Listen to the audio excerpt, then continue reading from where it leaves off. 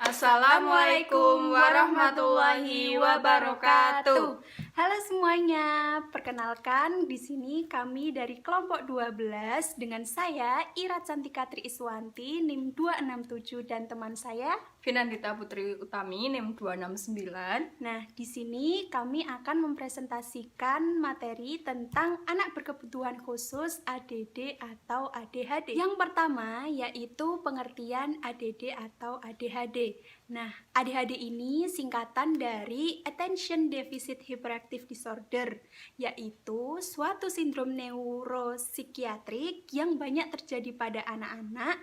Biasanya gejala yang terjadi yaitu hiperaktif dan tingkah laku yang impulsif.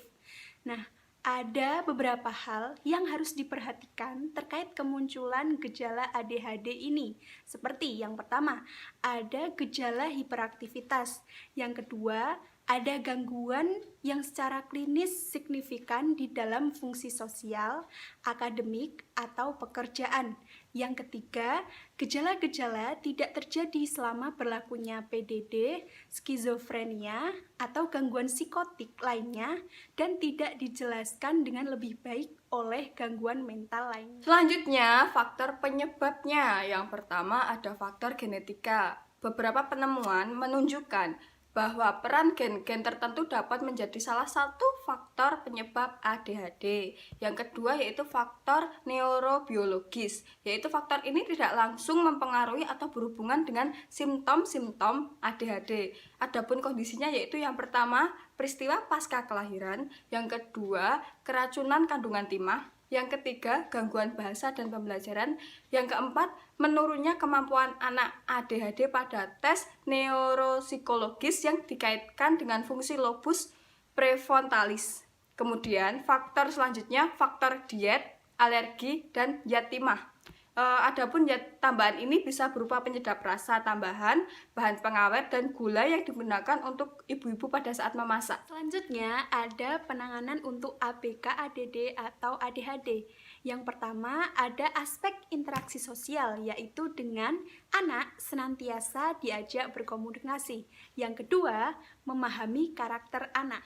Ya, yang nomor 2 ini bersangkutan yang nomor 1. Apabila kita sering mengajak anak berkomunikasi, otomatis kita bisa memahami karakteristik anak. Seperti itu. Yang ketiga, ada memberikan pujian kepada anak. Nah, selanjutnya kemampuan dalam mengurus diri sendiri. Yang pertama, guru dapat memberikan tugas kepada anak setelah pulang sekolah.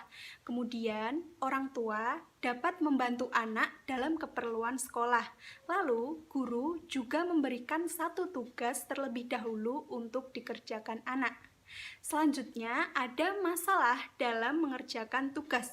Yang pertama, guru dapat membedakan pemberian tugas kepada anak ADD atau ADHD. Misalnya, diberikan tambahan waktu dalam mengerjakannya. Kemudian, teman pun juga bisa saling membantu. Lalu ada sikap impulsif. Yang pertama, guru harus senantiasa realistis apapun yang dilakukan anak. Ya, apabila anak salah tetap ditegur, tapi dengan bahasa yang baik dan dimengerti anak. Kemudian apabila anak melakukan hal baik atau hal benar, itu harus diberikan pujian, seperti itu. Nah, kemudian guru harus adil dan tidak membedakan anak. Ya, jadi kalau menjadi seorang guru itu harus adil, tidak membedakan anak. Apabila anak memiliki gangguan, ya harus diperhatikan, tidak hanya anak yang pintar atau anak yang normal, seperti itu. Ya. Yang terakhir, apabila anak salah diberi teguran, apabila anak bersikap benar maka diberi penghargaan. Kemudian ada kemampuan akademik. Yang pertama, guru memberikan tugas kepada anak, misalnya tugas matematika membuat diagram. Yang kedua, guru mengkomunikasikan tugas dengan jelas. Kemudian ada ekspresi emosi. Yang pertama, guru harus bisa membatasi dalam memberikan perhatian kepada anak dan lebih mengoptimalkan pencegahan serta penanganan masalah ADD atau ADHD. Kemudian, guru harus bisa memahami karakter anak. Yang terakhir, guru seharusnya dapat memberikan teguran dalam bahasa yang lebih dimengerti anak. Jadi guru itu apabila memberikan teguran tidak dengan bahasa yang kasar, itu akan mengganggu mental anak dan malah tidak dimengerti anak, soalnya anak itu biasanya lebih suka diberikan teguran yang halus, bahasa yang baik, seperti itu.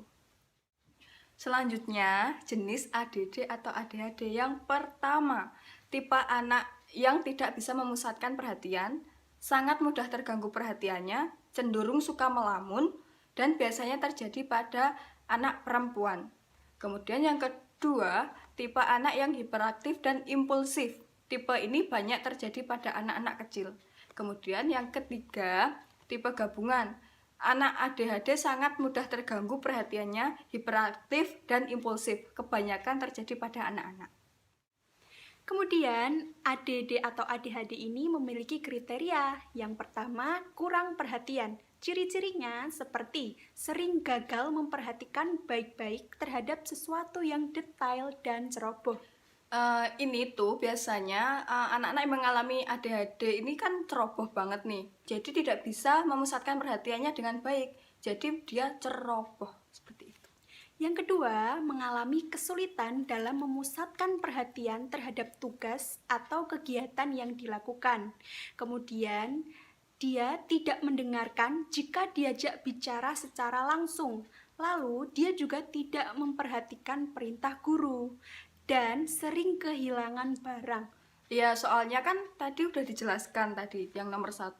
Soalnya ceroboh, jadi dia tuh kadang tidak tahu barangnya ditaruh di mana, disimpan di mana, jadi sering banget kehilangan barang.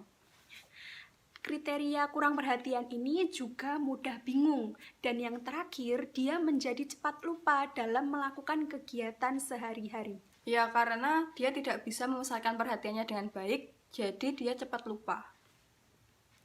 Selanjutnya ada kriteria hiperaktivitas dan impulsivitas.